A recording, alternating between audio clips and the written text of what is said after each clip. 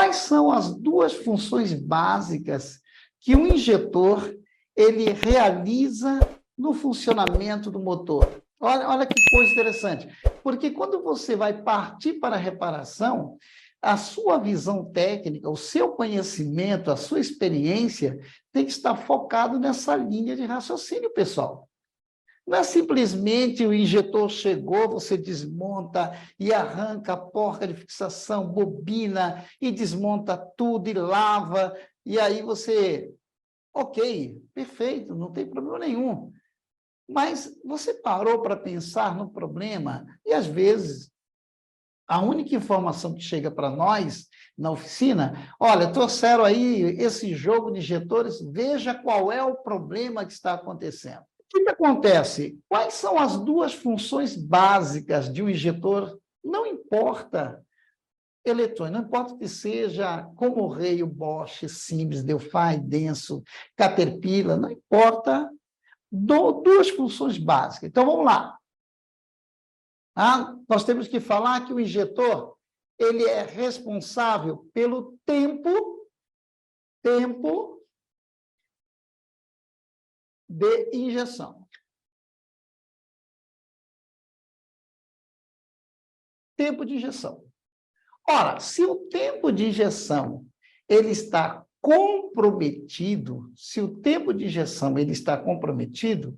sem dúvida nenhuma, o rendimento térmico, o funcionamento, a energia térmica desprendida não vai ser a mesma, o torque não vai ser o mesmo, a velocidade angular do girabrequim não vai ser a mesma. E se tratando de que cada injetor, dentro do número de cilindros, é responsável por manter a dinâmica de funcionamento, de rotação do motor, dentro de tolerâncias, pessoal. Só para você ter uma visão, essa variação de rotação entre uma queima e outra, dentro da sequência de injeção, ela não pode ser maior que 20 RPM, pessoal. 20 RPM. Se passar de 20 RPM, já o módulo, opa, tem coisa errada aí. Tem cilindro que não está produzindo a energia térmica a qual era responsável dentro daquela ordem de injeção para poder fazer com que a dinâmica de funcionamento do motor continue funcionando. Para que o torque e a potência seja atingida, pessoal. Então, olha só que coisa interessante. Tempo de injeção.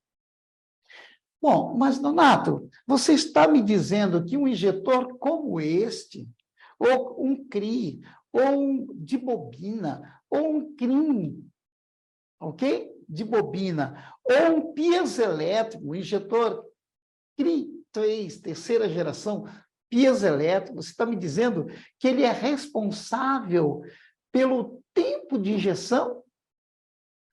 Tempo de injeção? Sim, é responsável pelo tempo de injeção. Então, Donato, aonde está, que parte do injetor nós temos aí em que vai comprometer esse tempo de injeção? Isso logo mais nós vamos ver. Vamos falar da segunda função do injetor. Qual é a segunda função? Ok? Tempo de injeção. A outra função é o tempo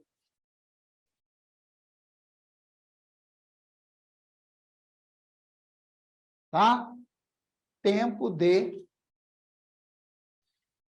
combustão.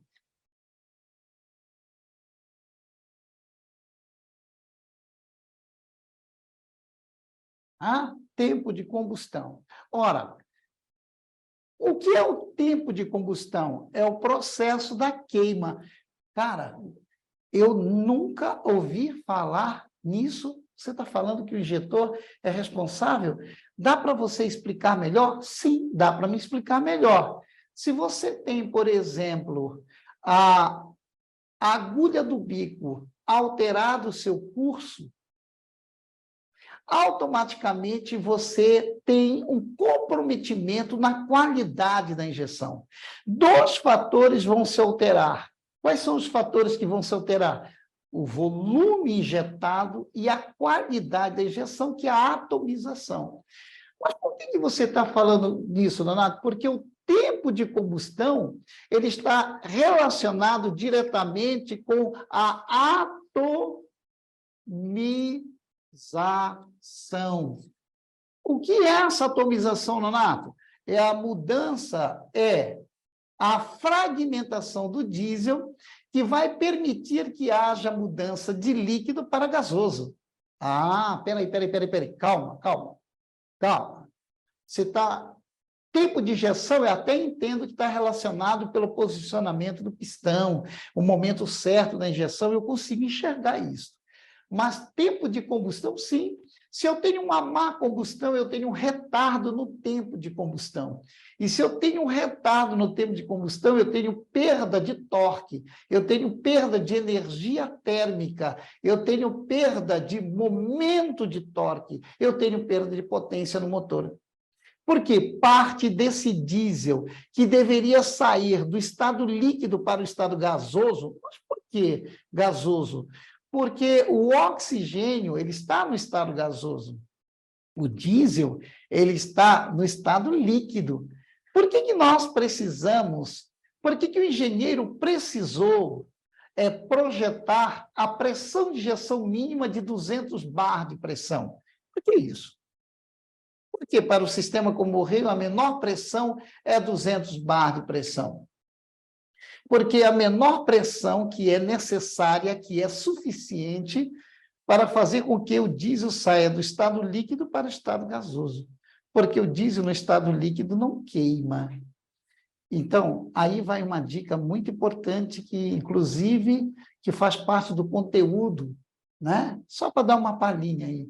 A ponteira é muito importante, porque é ela, através das suas características construtivas de curso de agulha, ângulo de assentamento da agulha, diâmetro do furo, comprimento do furo, que é a parede do furo cego, é isto que determina aí a mudança de estado de líquido para gasoso. Então, esses são os dois fatores, que é de responsabilidade do injetor.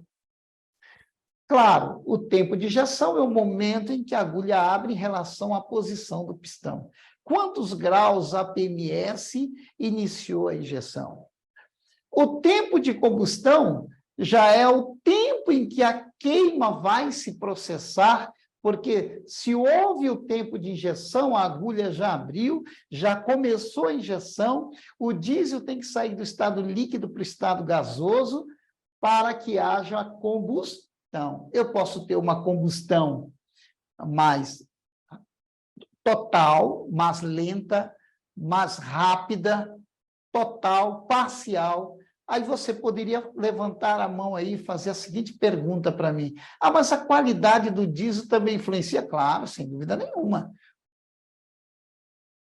Ah, o índice de cetano, por isso que nós temos o S10.